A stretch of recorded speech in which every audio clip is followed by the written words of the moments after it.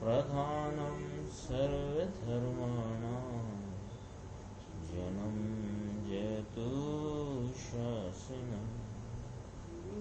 मैं नमो तीर्थनायक को, नमो ओंकार वाणी को, नमो उन कुंद प्रभु को जिन्होंने ओंकार धारण की। अहो उपकार जिनवर का, कुंद का दिव्य वाणी का, जिन कुंद ध्वनि दाता उन कहान स्वामी का। नमः समय साराय स्वानुभूत्या चकासते, चित स्वभावाय भावाय सर्वभावांतरच्छिदि। समय सारजी परमागम ग्रंथ, इसके परिशिष्ट में जो 47 शक्तियों का अधिकार आचार्य अमृतचंद्र देव ने लिखा, उस पर अपनी स्वाध्याय चल रही है। कल भाव शक्ति और अभाव शक्ति की स्वाध्याय प्रारंभ हुई थी। ये 6 शक्तियों का जोड़ा है। भाव शक्ति, अभाव शक्ति, भाव अभाव शक्ति, फिर अभाव भाव शक्ति, और भाव भाव शक्ति, और अभाव अभाव शक्ति। इस प्रकार 6 शक्तियां हैं 2-2 के जोड़े में। तो अपनी अभी चलती है बात भाव शक्ति की और अभाव शक्ति की। तो भाव शक्ति में आचार्य परमात्मा कहते हैं कि अमुक अवस्था जिसमें विद्यमान हो उस रूप भाव शक्ति, यानी आत्मा में वर्तमान में कोई अवस्था नियम से विद्यमान होती है, ऐसी एक भाव शक्ति है। और पूर्व की यानी भूतकाल की और भविष्य काल की पर्यायें अविद्यमान होती हैं, ऐसी एक अभाव शक्ति इस आत्मा में है। तो ये भाव शक्ति अभाव शक्ति दोनों शक्तियां, यानी ये तो सभी शक्तियां, पर यहाँ अपना 2 का वर्णन है। यह दोनों शक्तियां एक साथ आत्मा में विद्यमान हैं, यानी वर्तमान पर्याय के होने रूप भाव शक्ति और पूर्व और भविष्य की पर्यायों के नहीं होने रूप अभाव शक्ति। इसमें अपना वर्णन चल रहा था। गुरुदेव श्री की व्याख्या अपन ने देखना शुरू किया था। आज जो चर्चा चलने वाली है उसमें द्रव्य पर्याय की संधि किस प्रकार है, जो अपने को समझना बहुत महत्वपूर्ण है। द्रव्य पर्याय की संधि इसलिए अभी चल रहा था ना सीढ़ी प्रवचन, तो गुरुदेव का आया था। कई लोगों को पता नहीं द्रव्य क्या, गुण क्या, पर्याय क्या। तो क्या पर्याय से पीछा कब छूटेगा महाराज ना? अरे तो क्या पर्याय से तेरा पीछा कभी नहीं छूटेगा, अनादि अनंत है ये। सिद्ध अवस्था में भी पर्याय लगी है कि हाँ, सिद्ध अवस्था स्वयं पर्याय लगी क्या। तो कई लोगों को जब बराबर यह द्रव्य पर्याय की संधि का ख्याल नहीं होता, तो पर्यायार्थिक नय का विषय जो एक समय की वर्तती अवस्था, उसको गौण करके, हे करके और अपना त्रैकालिक स्वभाव उसे उपादेय करना, उसे मुख्य करना, वो कला नहीं आपके अंदर प्रकट हो सकती। कब तक? कि जब तक द्रव्य पर्याय की संधि अपने चित्त में, निर्णय में यथार्थतया नहीं बैठ जाती। और वो चर्चा आज बहुत गंभीरता से अपने सामने आने वाली है। पेज नंबर 345 की नीचे की 4 लाइन है, देखो कि अहो त्रिकाल जब देखो तब, यानी तीनों काल जब देखो तब द्रव्य की अवस्था स्वयं से ही विद्यमान रूप बरतती है, और उस समय की अवस्था के अतिरिक्त अन्य आगे पीछे की समस्त अवस्थाएं अविद्यमान ही हैं। लियो, भाव शक्ति अभाव शक्ति का इतनी कृपा है। भाव शक्ति अभाव शक्ति के निरूपण द्वारा आत्मा के द्रव्य पर्याय की संधि का स्वरूप यहाँ बताया। क्या बताया? अभी तो चलेगी चर्चा, इसमें बहुत गंभीर है। यहाँ तो अभी समझो आज की चर्चा का प्रारंभ कहाँ से हुआ कि द्रव्य है ना, द्रव्य, तो द्रव्य कहाँ है कि अपनी वर्तमान व्यक्त अवस्था में है। तो वह जो व्यक्त अवस्था है वह स्वयं से ही वर्तमान विद्यमान रूप बरतती है, और उस समय की वर्तमान विद्यमान अवस्था के अलावा जितनी आगे पीछे की अवस्थाएं हैं वे सब अविद्यमान ही है। इस प्रकार द्रव्य पर्याय स्वरूप वस्तु का हिसाब किताब, स्ट्रक्चर, बंधारण ऐसा है। वर्तमान पर्याय का वर्तनपना वह भाव है, और दूसरी पर्याय माने आगे पीछे की भूत भविष्य की पर्याय का आवर्तनपना वह अभाव है। कोई द्रव्य लो, कोई द्रव्य को 3 काल में कभी देखो, जब देखो वह वर्तमान है, तो वो वर्तमान अवस्था से परिणमित द्रव्य, वह वर्तमान अवस्था से परिणमित द्रव्य क्योंकि भाव शक्ति और आगे पीछे की जो पर्याय व्यतीत हो चुकी और जो अभी उत्पन्न हुई नहीं है वे पर्याय नियम से द्रव्य में अभाव रूप है। ये वस्तु का स्वरूप ऐसा है। एक चर्चा आती है, कई बार ऐसी आती है, जब पर्यायों की क्रमबद्धता और उनका योग्यता स्वरूप परिणमन स्वतंत्र स्वाधीन पर से निरपेक्ष बताना हो, तो यूं भी कहते हैं कि ये 3 काल की पर्यायों को पी के बैठा है, कोई नहीं बैठा पी के भी के। ये तो वर्तमान अवस्था से वर्तमान अवस्था के विद्यमान पने भाव शक्ति से और आगे पीछे की पर्यायों का अविद्यमान पना ही है ऐसी अभाव शक्ति। ये भाव अभाव शक्ति दोनों त्रिकाल विद्यमान है। तो एक जगह 7वीं गाथा में आता है कि 3 काल की पर्यायों को अभेद रीति से पेके बैठे, वहां पर्यायों का अर्थ गुण है, और जो 3 काल की पर्याय कहीं वह सिर्फ उस वस्तु के ही स्वतंत्र स्वाधीन पर से निरपेक्ष अपने जन्म क्षण में होने वाले परिणमन की स्वतंत्रता बताने के लिए वो बात कही गई है, कोई निमित्त फिमित से नहीं होती। देखो, वर्तमान पर्याय का वर्तनपना वह भाव और दूसरी पर्याय माने आगे पीछे की पर्याय का अवर्तनपना वह अभाव, ऐसी दोनों शक्तियां भाव शक्ति अभाव शक्ति आत्मा में एक साथ वर्तती है। देखो, अब यहां से चर्चा एकदम गंभीर प्रारंभ होती है, तो एकदम अपन सावधानी से इसकी स्वाध्याय करते हैं। द्रव्य वह सामान्य है और पर्याय वह उसका विशेष है। वस्तु कैसी है? सामान्य विशेषात्मक। तो सामान्य विशेषात्मक वस्तु में ये भी एक समझ लेना कि सामान्य का ही विशेष होता है और सामान्य बिना का विशेष नहीं होता, लेकिन जो सामान्य होता है वो विशेष नहीं होता और जो विशेष होता है वो सामान्य। 3 बिंदु आए ना, ये बहुत गजब की बात है। वस्तु सामान्य विशेषात्मक होती है, सामान्य के बिना विशेष नहीं होता, विशेष सामान्य विशेष के बिना सामान्य नहीं होता, सामान्य विशेष नहीं होता और विशेष सामान्य। इतने 3 में पूरा द्रव्य का भाव समझ आता है। ये भाव शक्ति अभाव शक्ति। देखिए, द्रव्य वह सामान्य है और पर्याय वह उसका विशेष है। विशेष रहित अकेला सामान्य नहीं हो सकता। यदि आत्मा की अवस्था अपने से न हो तो सामान्य द्रव्य विशेष रहित हो जाए।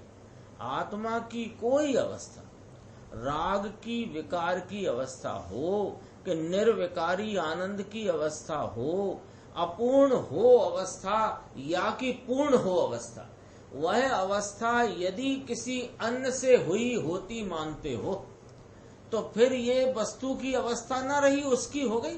राग यदि परिणति में अभी वर्तमान में राग विद्यमान है भाव शक्ति से, वो शक्ति यहाँ सिर्फ इतनी देर के लिए लेना है कि अभी अपन अपनी बात कर रहे हैं, यद्यपि शक्ति के संदर्भ में निर्मल भाव परिणमन को ही लेना है। तो जैसे अभी राग है तो राग वर्तमान में है, तो वह राग यदि कर्म के उदय से तो फिर इस आत्मा का परिणाम कौन सा? ये तो कर्म के उदय का कहला है। अथवा यहाँ आनंद का परिणाम है, वहां मोहिनी का उपसम क्षय उपसम का परिणाम है। ठीक है ना, वो कर्म का उदय नहीं है, वहां उपसम क्षय उपसम का परिणाम है। तो यदि मोहिनी के उपसम से यहाँ आनंद ज्ञान आनंद अनुभव का परिणाम हुआ, तो फिर आत्मा का परिणाम कौन सा हुआ? तो फिर आत्मा सामान्य विशेष बनाकर रह गया, ऐसा होता नहीं। सामान्य द्रव्य विशेष रहित हो जाएगा, तो सामान्य द्रव्य विशेष रहित हो गया, इसका मतलब आत्मा का अभाव ही हो जाएगा। अरे जड़ में भी ऐसा स्वभाव है, इसलिए जड़ की अवस्था का विद्यमानपना उसके अपने से है और आत्मा की अवस्था का विद्यमानपना उसके अपने से है। ये भाव शक्ति की सूचना है। आगे देखते हैं, देखो, भाव शक्ति वाला भगवान आत्मा जब देखो तब, जब देखो तब, पीछे भी कहा था 3 काल में कभी देखो, यहां भी वही कहा, जब देखो तब वर्तमान विद्यमान अवस्था वाला ही वर्त रहा है। कैसी अवस्था? तो कहते हैं निर्मल अवस्था। यहाँ कौन सी शक्तियों का प्रकरण चलता है ना, इसलिए निर्मल लेना। निर्मल अवस्था, अकेली मलिन अवस्था वर्तती है, उसे सचमुच आत्मा की अवस्था नहीं कहते। तो क्या परद्रव्य की कहते हैं कि नहीं कहते? किसकी कहते हैं? कि वह विकार की अवस्था, विकार में व्याप्त होकर विकार की, क्योंकि उस अवस्था में आत्मा का स्वीकार नहीं है। अभी देखो, द्रव्य गुण त्रिकाल सत है और उसकी उनकी गुण कहा ना, तो उनकी शब्द लिया। द्रव्य गुण त्रिकाल सत है। कैसा? द्रव्य और गुण दो सत्ता नहीं, द्रव्य की अनंत गुणात्मक सत्ता है, तो उसको कहा उनकी सत्ता और उनकी प्रवर्तमान अवस्था। वह जो प्रवर्तमान वर्तमान अवस्था है वह कौन है? वह वर्तमान सत है। द्रव्य गुण भी सत है और उसकी वर्तमान अवस्था वो भी सत है। तो द्रव्य गुण त्रिकाल सत है और वर्तमान अवस्था वर्तमान सत है। सत सत पे इतना जोर क्यों है? सत अहेतुक होता है। सत अहेतुक होता होने से उसमें किसी पर का कोई भी हस्तक्षेप बिल्कुल है नहीं। अत्यंत निरपेक्ष है सत्ता। निरपेक्ष ना हो तो सत्ता सिद्ध नहीं होती, क्योंकि सत्ता की सिद्धि अहेतुक पने से है। सत्ता है ना, सत्ता का स्वरूप अहेतुक है।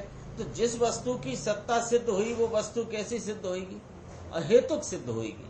तो द्रव्य गुण त्रिकाल सत है, उसकी प्रवर्तमान अवस्था वह वर्तमान सत है। इस प्रकार द्रव्य गुण और उनकी प्रवर्तमान अवस्था से आत्मा भाव रूप है और दूसरी अवस्थाएं अविद्यमान हैं, इसलिए वे अभाव रूप हैं। भूतकाल की अज्ञान दशा अथवा भविष्य की सिद्ध दशा, उनका वर्तमान साधक दशा में अभाव है। अज्ञान दशा भूतकाल में थी, सिद्ध दशा भविष्य में होने वाली है, तथापि वर्तमान में उन दोनों का अभाव है। ऐसी अभाव शक्ति आत्मा में। बोलो, समझ में आ गई ना बात? भाव शक्ति से क्या कह रहे हैं कि वर्तमान वर्तती अवस्था की विद्यमानता होना ये भाव शक्ति का कार्य है, और भूत की और भावी की अवस्थाओं का नहीं होना ये अभाव शक्ति का कार्य है। तो अभी अपन साधक की अवस्था से देखते हैं कि साधक की अवस्था में ज्ञान आनंद प्रतीति का वर्तमान परिणाम वो उसकी भाव शक्ति से है, और पूर्व की अज्ञान दशा नहीं है और आगे की सिद्ध पूर्ण दशा भी नहीं है। उन दोनों का नहीं पना अभाव शक्ति। अब देखो, ये पैराग्राफ बहुत गंभीर है, बड़ा भी है और गंभीर भी है, और हम सबके लिए प्रेरणा रूप भी है। देखते हैं, देखो, आत्मा की अवस्था में पर का तो अभाव है। ये बात तो यहाँ पहले नंबर पे झाड़ कर बैठो। कौन पर आ गया कि द्रव्य कर्म आदि का, यहाँ पर द्रव्य कर्म नौ कर्म सबका, उन सब का तो आत्मा की अवस्था में अभाव है, और उसकी वर्तमान अवस्था में दूसरी अवस्था का भी अभाव है। ये एक भाव शक्ति को खड़ा रखो यहाँ चित्त में कि मैं आत्मा ज्ञान आनंद आदि अनंत गुण का अभेद पिंड वस्तु, इसकी वर्तमान अवस्था में द्रव्य कर्म नो कर्म आदि पर वस्तुओं का तो अभाव है। अभी चल रहा था अपनी 14वीं गाथा के भावार्थ में आता है, पंडित जी ने लिखा है, चल रहा है तो याद आ जाती है। पर द्रव्य के भाव और उनके निमित्त से होते अपनी अवस्था के विकारी भाव, इन सब से मैं न्यारा हूं। अभी निर्मल अवस्था इसमें साथ में ले लो, अभी यहाँ के प्रकरण में, ठीक है ना।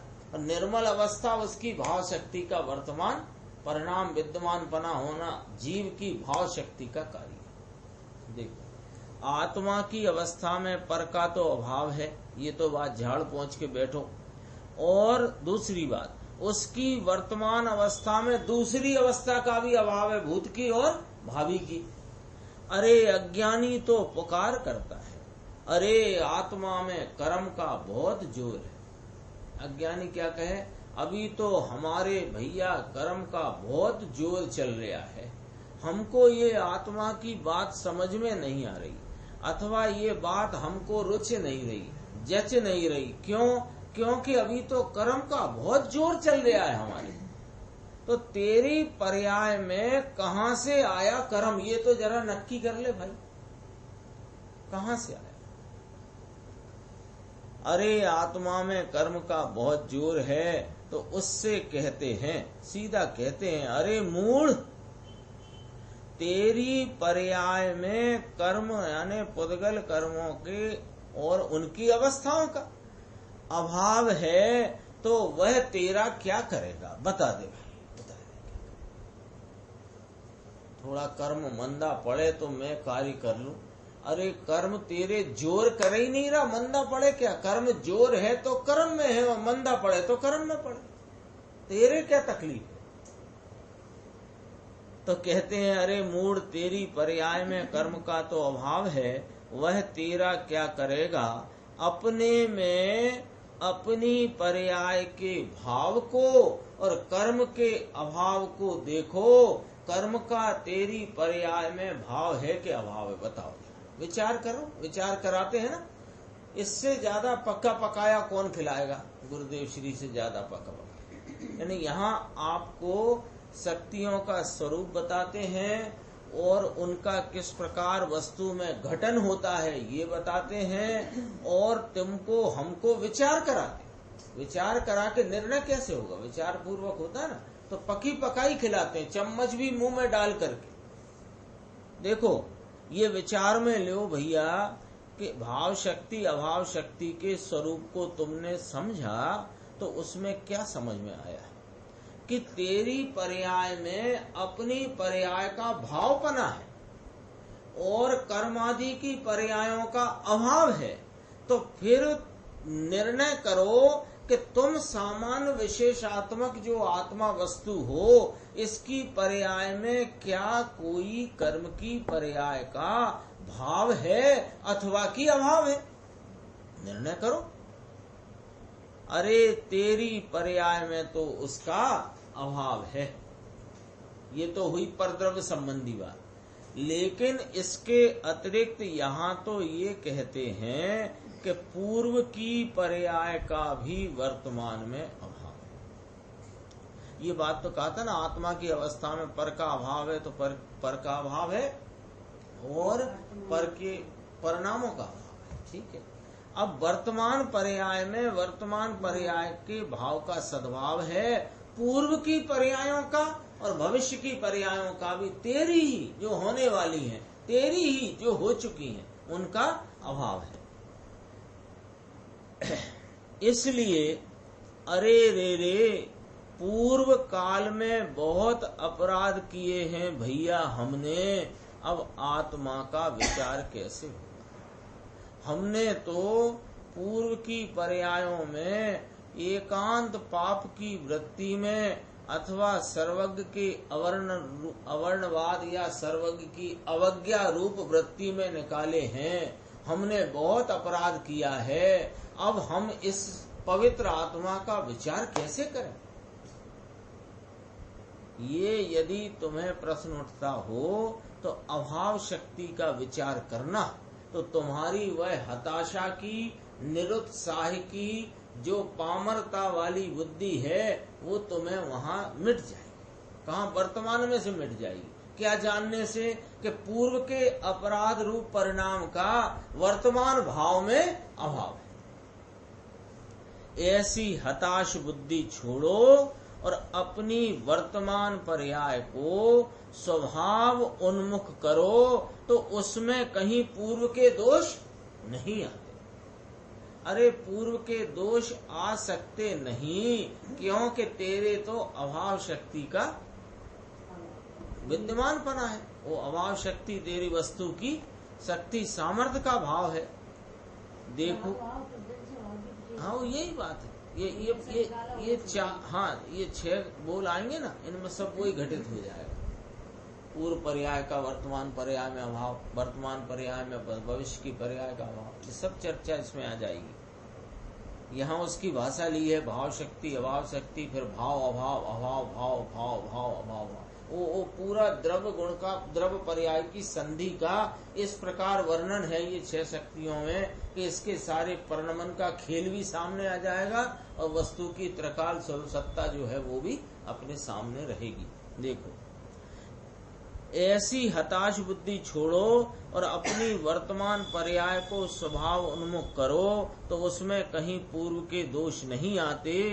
अज्ञानी को भी अपनी वर्तमान विपरीतता से ही मलिनता है, कहीं पूर्व की मलिनता उसे वर्तमान में नहीं आती। अभी थोड़ी देर पहले जो कुछ भी मलिनता थी उससे अभी मलिनता नहीं। पहले जो दुख आकुलता थी उससे अभी आकुलता नहीं। दुख नहीं है, आकुलता नहीं है, मलिनता नहीं है। ये जो कुछ भी अभी है वो वर्तमान विपरीतता, वर्तमान मलिनता वर्तमान में है, पूर्व की नहीं। कहीं पूर्व की मलिनता उसे वर्तमान में नहीं आती। क्यों? क्योंकि पूर्व की पर्याय का तो अभाव हो गया है। अहो प्रति समय वर्तती हुई वर्तमान पर्याय का भाव और उसमें दूसरी पर्यायों का अभाव, यानी पूर्व की और भावी की पर्यायों का अभाव, उसमें तो प्रत्येक पर्याय की स्वतंत्रता बतलाई है। इतनी भाव शक्ति और अभाव शक्ति की चर्चा में द्रव्य सामान्य और उसका वर्तता हुआ वर्तमान विशेष, ये भाव शक्ति, और आगे पीछे की पर्यायों का उसमें अभाव, ये अभाव शक्ति। वो लोग कितना एकदम खिलावट कर दी कि नहीं कर दी। द्रव्य पर्याय की संधि स्वरूप वस्तु का क्या स्वरूप है, पर्याय का क्या स्वरूप है, द्रव्य का क्या स्वरूप है, पर्याय क्यों न्यारी है, पर्याय कैसे न्यारी नहीं है, ये वाली बात सब इसमें आई है। देखो, ये चर्चा को और खुलासा करते हैं अगले पेज पे कि वस्तु हो और उसका अपना कोई आकार प्रकार विद्यमान न हो, ऐसा नहीं हो सकता। देखो, यहाँ आकार वह व्यंजन पर्याय है और गुण का विकार, विकार माने विशेष कार्य, उसको प्रकार कहा। दो बातें कही कि नहीं कही? देखो जरा, ये इसमें बहुत एकदम सिद्धि है किस बात की कि वस्तु का जो बंधारण है, स्ट्रक्चर है, जो वस्तु एक समय में पूरी की पूरी मौजूद है, तो किसी एक समय में वस्तु को पूरी देखो तो कैसी है कि देखो, वह जो वस्तु है अपने अनंत गुणों का सामान्य एक रूप स्वरूप है और उसका कोई ना कोई विशेष वहां पर है। अभी पीछे की चर्चा आई थी, सामान्य के बिना विशेष नहीं होता और विशेष सामान्य बिना नहीं होता। सामान्य विशेषात्मक वस्तु है, लेकिन सामान्य सामान्य है, विशेष विशेष है। तो अभी कहते हैं कि वस्तु हो, वस्तु कैसी हो? सामान्य विशेषात्मक है ही, हो माने है ही, और सामान्य विशेषात्मक तो सामान्य वस्तु हो और उसका कोई आकार प्रकार ना हो, ऐसी वस्तु नहीं। आकार में क्या लेना कि व्यंजन पर्याय जो आकार है ना, प्रदेशत्व गुण की पर्याय जो व्यंजन पर्याय, जैसे यह आत्मा लोक प्रमाण असंख्यात प्रदेशी वर्तमान में है ना, इसकी वो चल गई अपनी नियत प्रदेशत्व शक्ति चली गई ना, उसमें सब चर्चा आ गई। ये असंख्यात लोक प्रमाण प्रदेश वाली, जिसके प्रदेश का आकार कम नहीं और प्रदेश की संख्या कम नहीं, ऐसा यह इसका वर्तमान शरीर प्रमाण आकार है। तो ये व्यंजन पर्याय है, और यह व्यंजन पर्याय को यहाँ आकार शब्द से सूचित किया, और प्रदेशत्व गुण को छोड़कर जितने अनंत गुण हैं उनका विकार, गुण का विकार माने गुण का विशेष कार्य रूप, उस वो विशेष भाव, तो वह उसको कहा प्रकार, वह अर्थ पर्याय। इसको समझाते हैं। जिस प्रकार स्वर्ण है तो उसका कोई ना कोई आकार तथा पीलापन आदि प्रकार अपने आकार होता ही है। आकार में क्या लेना, चूड़ी है स्वर्ण की, तो वस्तु कौन है, स्वर्ण, और वह स्वर्ण कहाँ है कि अपने चूड़ी रूप आकार में है। तो चूड़ी रूप आकार में और चिकने पीले भारी प्रकार में। चूड़ी का आकार तो है साफ ऐसा गोल, लेकिन वो पीलापन चिकनापन भारीपन नहीं दिख रहा, अभी पता नहीं कहाँ चला गया। ऐसा हो नहीं सकता। ऐसा कभी होता हुआ देखा हो तो बताओ, कहाँ जाएगा। गुणों को छोड़ के नहीं जाता, तो गुणों के व्यक्त परिणाम से बाहर नहीं है वो। वर्तमान व्यक्त विद्यमान परिणाम उसकी भाव शक्ति का वर्णन है। कभी किसी को ऐसी शंका नहीं होती कि पीला चिकना भारी स्वरूप चूड़ी शाम को दुकानदार को दे के आया और सुबह कहा कि मेरी चूड़ी मुझे वापस कर दो, तो उसने कहा ये चूड़ी ले जाओ, पीला पीलापन पता नहीं कहाँ चला गया। हो सकता है ऐसा? कोई ना कोई आकार तथा पीलापन आदि प्रकार अपने आकार होता ही है। सोने में घटाया, अब ये सिद्धांत में यानी आत्मा में, उसी प्रकार आत्म वस्तु में भी प्रकार रूप भाव, प्रकार रूप माने गुण के विकार रूप भाव वर्तते ही हैं। निमित्त आए तो पर्याय हो, ऐसी जिसकी मान्यता है उसने आत्मा की भाव शक्ति को नहीं माना है। निमित्त पर दृष्टि किसकी है कि अज्ञानी की। क्यों है कि वह ये मान रहा है कि देखो साहब, कि दर्शन मोहिनी का उपशम होए तो मुझे सम्यक दर्शन हो। तो तुमने कहाँ से कार्य माना है? निमित्त में से। तो एकदम निकट की बात करी है, दूर की बात तो करी नहीं है।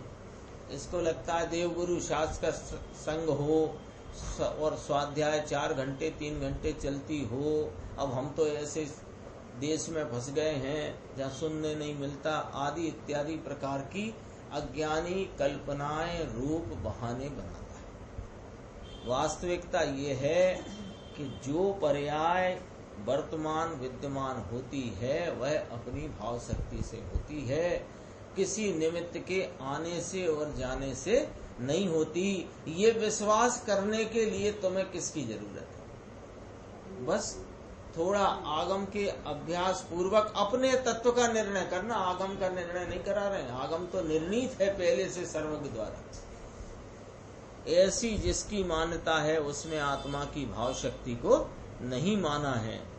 कोई कहता है कि आत्मा और उसकी अवस्था अपने से विद्यमान है, ऐसा तो हम मानते हैं, ऐसा तो हम स्वीकार करते हैं, किंतु हमारी पर्याय में मिथ्यात्व ही वर्तता है।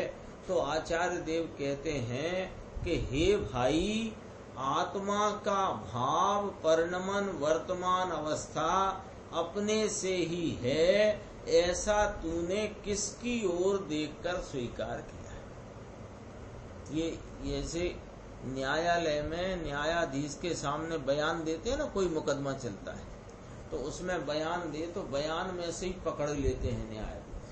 तुम इस प्रकार जो कथन कर रहे हो, तुम्हारा कथन तो तुम्हारे कथन से ही झूठा हो रहा है। ऐसे ही यहाँ ज्ञानी जन अज्ञानी की इस बात को, इस कथन को पकड़ लेते हैं। वो क्या कहता है कि हम समझ गए हैं, मानते हैं इस बात को कि आत्मा और उसकी अवस्था अपने से स्वतः से निरपेक्ष बने विद्यमान है। उसकी वर्तती हुई अवस्था की विद्यमानता उसके अपनी भाव शक्ति से है, ऐसा हम स्वीकार करते हैं। लेकिन हमारी पर्याय में वर्त तो मिथ्यात्व ही रहा है।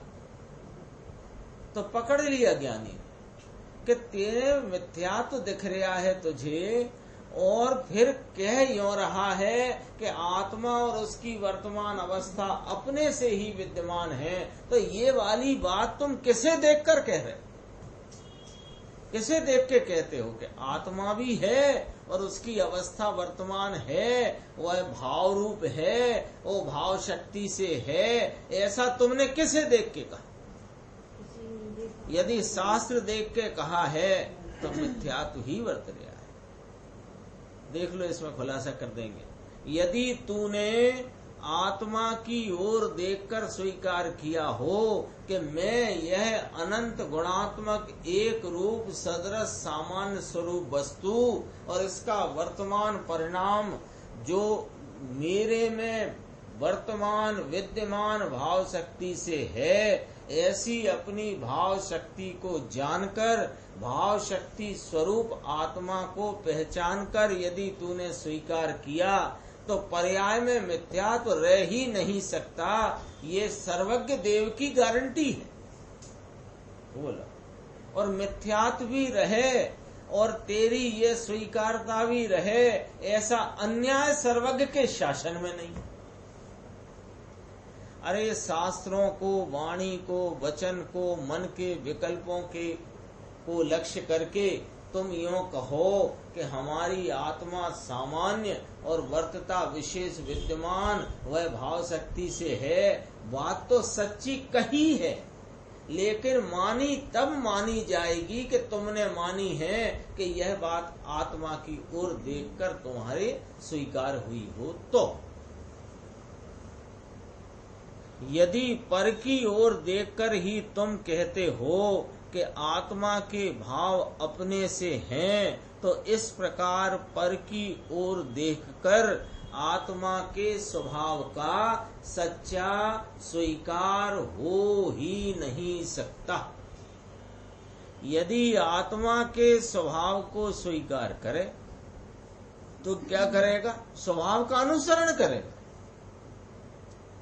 नियम है ऐसा, जो आत्मा का जैसा स्वभाव है वैसा यथार्थ यह विकल्पात्मक ज्ञान में निर्णय में लेगा, तो वह विकल्प को छोड़कर उपयोग उस निर्विकल्प स्वरूप का अनुसरण करेगा ही, और उस निर्विकल्प स्वरूप के उपयोग के अनुसरण में नियम से वहां पर निर्मल अवस्था का विद्यमान बना होता ही, फिर मिथ्या तो रहेगा, ये बात ही नहीं है।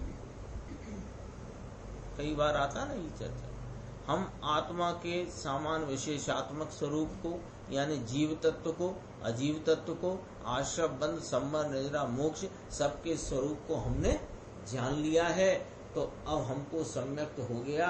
लेकिन आनंद आया कि नहीं आया ये केवली परमात्मा जाने।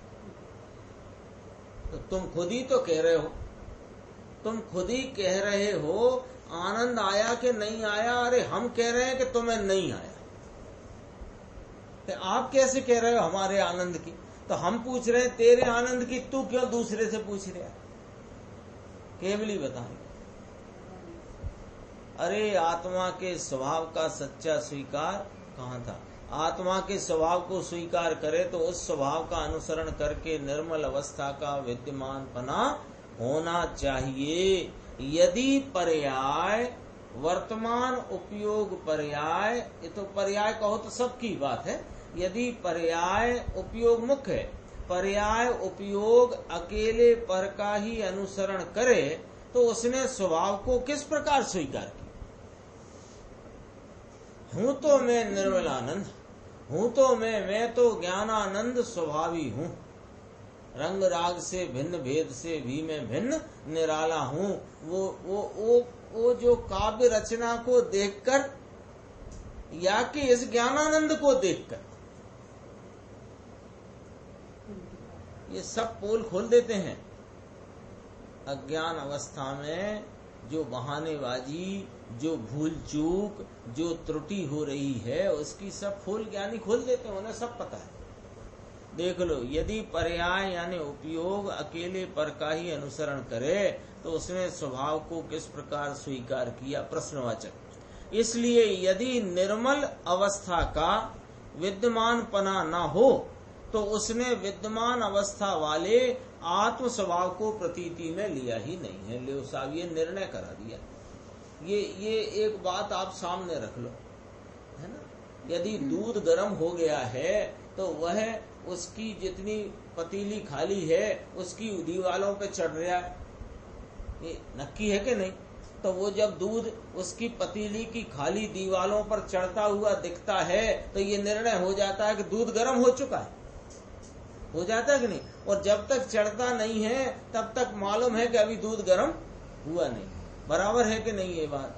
तो फिर यहाँ भी ऐसी ही बात है कि पर्याय में निर्मल अवस्था, आनंद और निर्मलता, पवित्रता का तो वेदन हो ही नहीं, और कहे कि मैं विद्यमान अवस्था वाले निर्मल स्वभाव को मैंने प्रतीति में ले लिया है, तो तेरी प्रतीति झूठी है, तेरा ज्ञान झूठा है। ये निर्णय करा दिया। यानी अपना निर्मल स्वभाव, अपने उस स्वभाव के अनुसरण करती प्रतीति की अवस्था हुई तो वह अवस्था में निर्मल पने की विद्यमानता न हो, ऐसा हो नहीं सकता। जिस प्रकार द्रव्य उन्मुख हुए बिना सचमुच क्रमबद्ध पर्याय की या सर्वज्ञ की प्रतीति नहीं हो सकती, उसी प्रकार द्रव्य उन्मुख हुए बिना उसकी किसी भी शक्ति की यथार्थ प्रतीति नहीं हो सकती। ये उदाहरण में कहा, क्यों कि यह चर्चा बहुत आती रहती है कि क्रमबद्ध पर्याय की प्रतीति किसको? कि जिसने पर्यायों का लक्ष्य छोड़कर अपने द्रव्य स्वभाव की सन्मुखता करी है, उसको ही क्रमबद्ध पर्याय की सच्ची प्रतीति है, उसको ही सर्वज्ञ भगवान की सच्ची प्रतीति। ये तो उदाहरण में कहा। इसी प्रकार अपने द्रव्य की सन्मुखता किए बिना यों कहे कि मैं छह शक्ति स्वरूप हूँ, भाव शक्ति, अभाव शक्ति, भाव अभाव, अभाव भाव, भाव भाव, भाव भाव, सब बोले। अरे अखंड स्वभाव की सन्मुखता से ही धर्म का प्रारंभ होता है। धर्मात्मा कहलवाने की यदि बहुत तेरे तमन्ना हो तो क्या करना कि किसी के पास मत जाना और कोई भी क्रिया कांड में न उलझना। सबसे पहले इस अखंड स्वभाव का निर्णय करके अखंड स्वभाव की सन्मुखता करना, यहाँ से धर्म का प्रारंभ होता है। उसे धर्मात्मा कहते हैं। कौन? सर्वज्ञ परमात्मा। लोग कहें उनकी छोड़ो। वृद्धि होती है किसमें? धर्म में, और स्थिरपना होता है, बढ़ता है। भाव शक्ति आदि शक्तियां तो समस्त आत्माओं में त्रिकाल हैं, लेकिन उनके निर्मल परिणमन बिना भी किस काम की? कोई आत्मा, ये जो 47 की चर्चा है ना, ऐसी अनंती शक्तियों का एक समय में धरता हुआ धर्मी है, शक्तिवान है प्रत्येक आत्मा, लेकिन उनका निर्मल परिणमन नहीं तो वे किस काम की? उदाहरण देंगे आगे स्वर्ण का।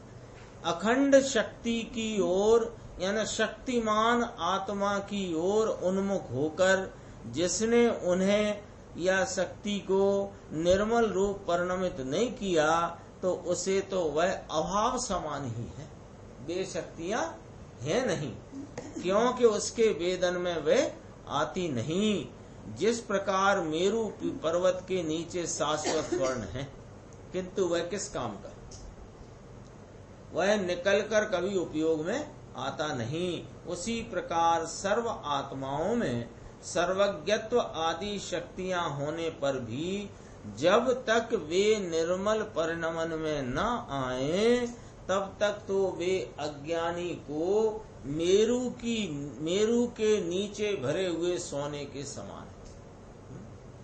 एक उसमें नाक की लौंग भी बनवा नहीं सकता, क्योंकि जो उसमें से निकले तो बने ना, है नहीं क्या, है ना, मेरू के नीचे सोना है नहीं क्या, कि है ना, पर एक नाक की लौंग जो बनती होगी आधे ग्राम में भी, वो भी बन नहीं सकती।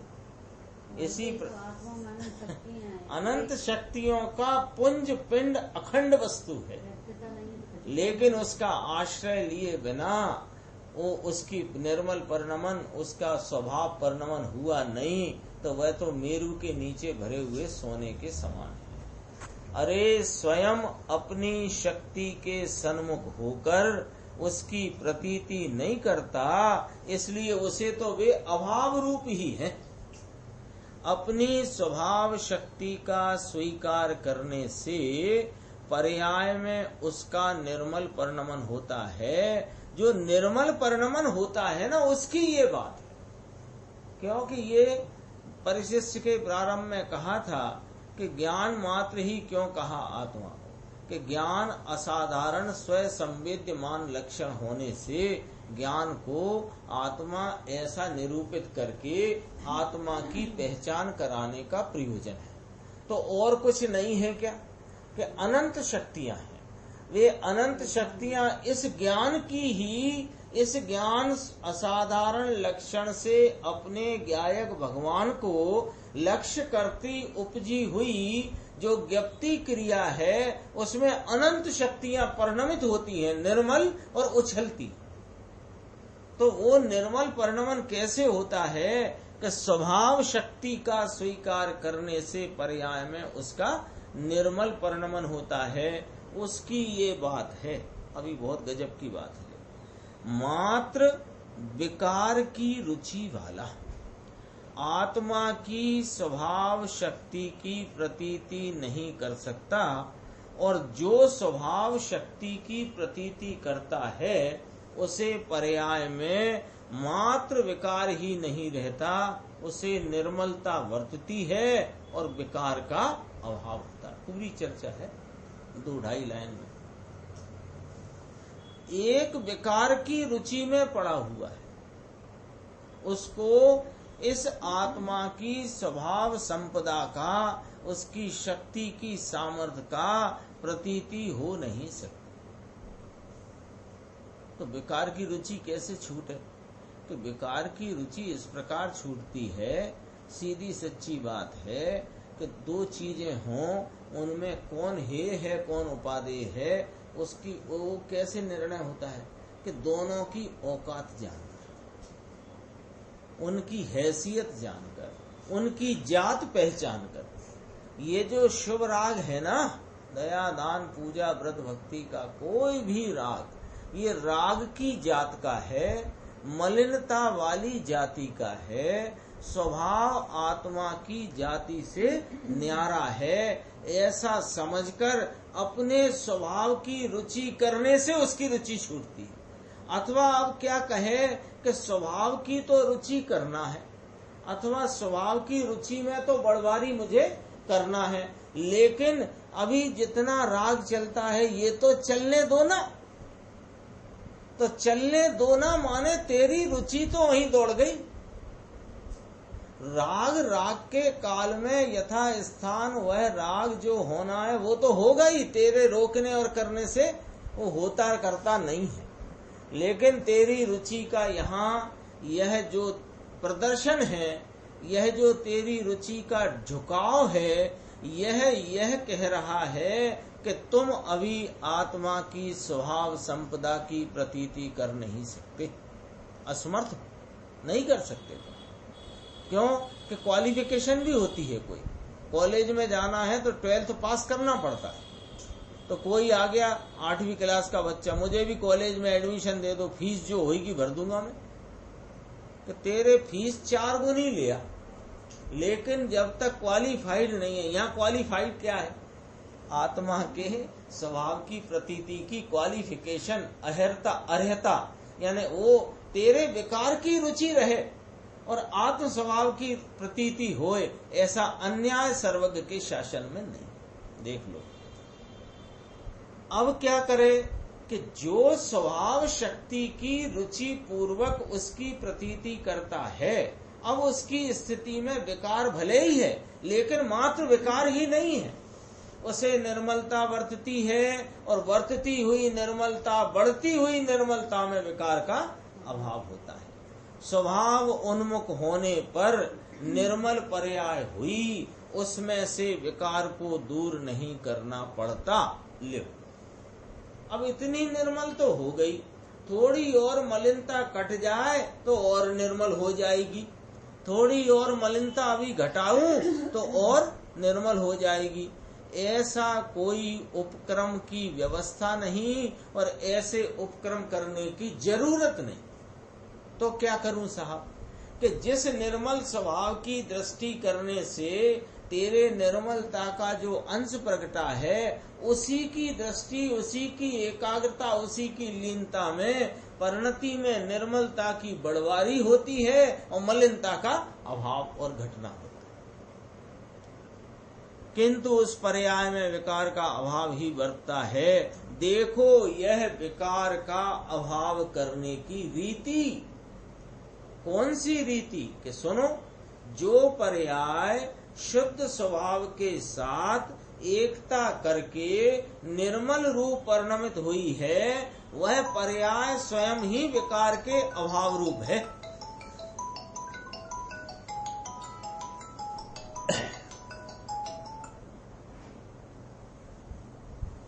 वह पर्याय स्वयं ही विकार के अभाव रूप है। निर्मल पर्याय का भाव और उसमें विकार का अभाव, भाव अभाव चलती है बात, तो यहाँ थोड़ा विकार के अभाव की बात बताई।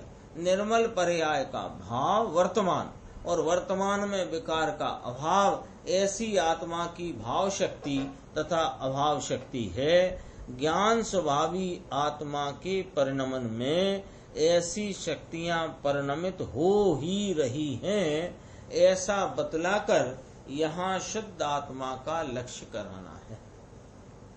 3 पॉइंट आए हैं, देखो दिख रहा है उसमें 3 बिंदु बहुत अच्छे हैं। ये 3 बिंदु में पूरा का पूरा मामला स्पष्ट हो जाता है। जिसे विकार की रुचि है, उसकी रुचि में स्वभाव का अभाव है, इसलिए उसे अभाव शक्ति का विपरीत परिणमन।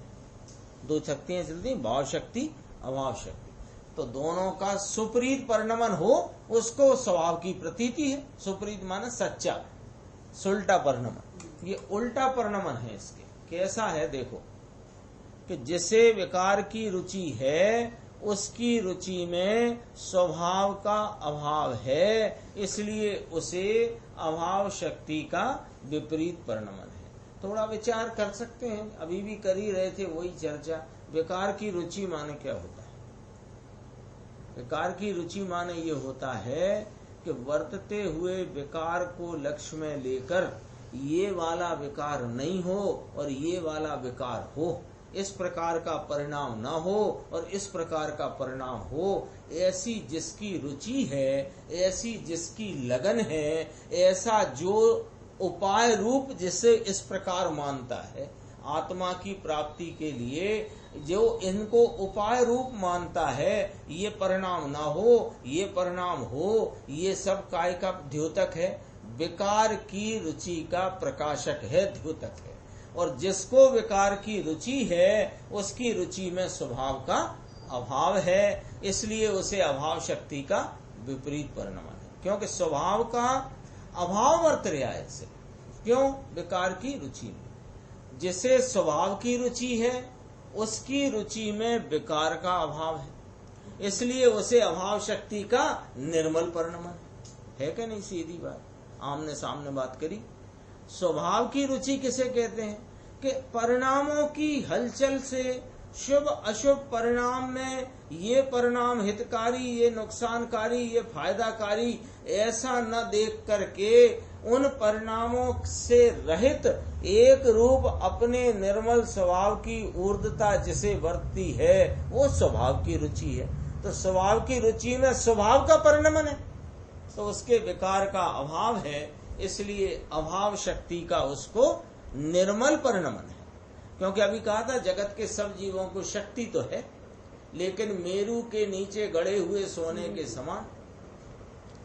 तीसरा बिंदु, जिसे स्वभाव की रुचि है उसकी पर्याय में निर्मलता का विद्यमानपना है, तो इसलिए उसे भाव शक्ति का निर्मल परिणमन बनता है।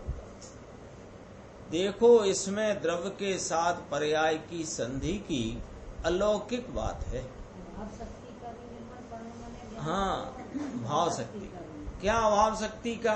कि स्वभाव के परिणमन में निर्मल पने की विद्यमानता भाव शक्ति, और उसमें विकार का अभाव, ये अभाव शक्ति। अज्ञानता का अभाव, विकार का अभाव। देखो, इसमें द्रव्य के साथ पर्याय की संधि की अलौकिक बात है। जिस प्रकार करोड़ रुपए की पूंजी वाले को मोहवश तत्संबंधी ऊष्मा रहती है, गर्मी रहती है।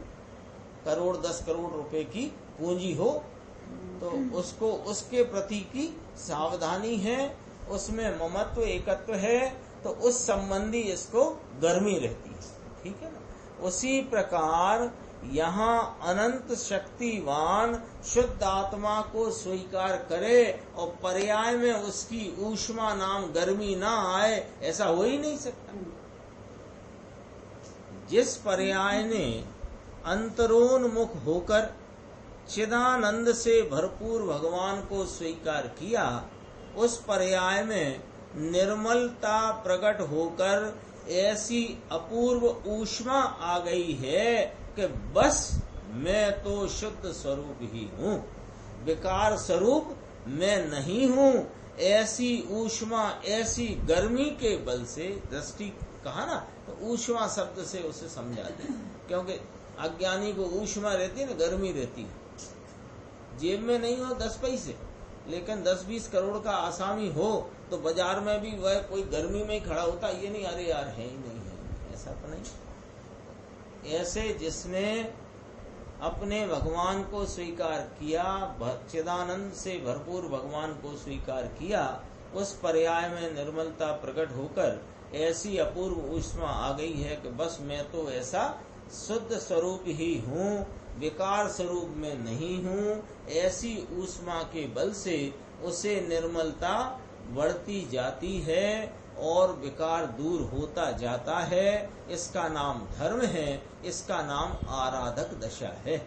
जिसे ऐसी ऊष्मा, अब ऊष्मा का यहाँ ब्रैकेट में अर्थ कर दिया, तो ऊष्मा शब्द से आपको समझ नहीं आ रहा हो, यानी स्वरूप की निशंकता। जिसको ऐसी निशंकता नहीं है उसे धर्म का अंश भी नहीं है। 4-5 लाइन और ये पढ़ते हैं, देखो। मेरी वर्तमान पर्याय की विद्यमानता, होनापना, उसकी वहां उपस्थिति मेरे स्वभाव से ही है। बस ऐसा निर्णय जो किया उसने पराश्रय बुद्धि को उड़ा दिया, तथा पूर्व पश्चात की पर्याय का बाधा भी उड़ा दिया। क्यों? कि पूर्व पश्चात की पर्याय भी मेरी अभी अभाव रूप है, और हाजिर मौजूद विद्यमान ऐसे अपने शुद्ध स्वभाव के साथ पर्याय की संधि करी। वर्तमान पर्याय की विद्यमानता मेरे स्वभाव से है, जिसमें पूर्व भावी पर्यायों का अभाव है। ऐसी वर्तमान पर्याय को पर्याय बुद्धि छोड़कर, पराश्रयता छोड़कर स्वरूप के साथ संधि करी, वह धर्म का सच्चा व्यापारी है। धर्म का क्या सच्चा व्यापारी? उसने शुद्ध उपयोग रूपी व्यापार करते हुए अपनी परिणति में शांति, वीतरागता, आनंद की पूंजी बना ली। ऐसे आत्मा का निर्णय न करे। और हमारे भगवान ने तथा हमारे गुरु ने कहा है वह सच्चा है, लेकिन हमें आत्मा की पहचान नहीं होती। ऐसा कहे तो उसने वास्तव में भगवान का या गुरु का भी निर्णय नहीं किया है, क्योंकि भगवान ने और गुरु ने क्या कहा उसे समझे बिना यूं कहे कि भगवान कहे सो सच्ची और गुरु कहे सो सच्ची, उसकी पहचान ही अभी कहाँ की है। इसलिए स्वयं आश्रय से वस्तु स्वरूप का निर्णय किए बिना धर्म के पंथ में एक डग एक कदम भी नहीं चल सकता। ये वाली बात है। आगे इसमें और अपना विषय है, उसकी स्वाध्याय आगे चलेगी। निज निधि निज में बताई, यह अनंत उपकार है। उसके लिए जिन वाणी माँ को वंदना शत बार।